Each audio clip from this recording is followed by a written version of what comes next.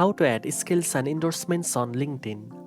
First of all, log into your account and go to your profile by clicking on your profile picture or the Me tab, then select View Profile. Next, click on Add Profile section. Then click on Add Skills to add a new skill. Enter the skills that best reflect your expertise, experience, and professional strength. Focus on relevant skills that align with your industry and career goals.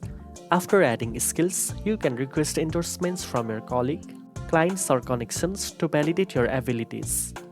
Endorsements increases your credibility and make your profile more attractive to recruiters. You can also endorse others, which encourage them to return the favor. You can rearrange your skills to highlight your most important abilities at the top. Make sure your skills section is up to date and reflects your current professional expertise. A strong skills and endorsements section enhances your LinkedIn profile, builds trust, and helps you stand out in sources.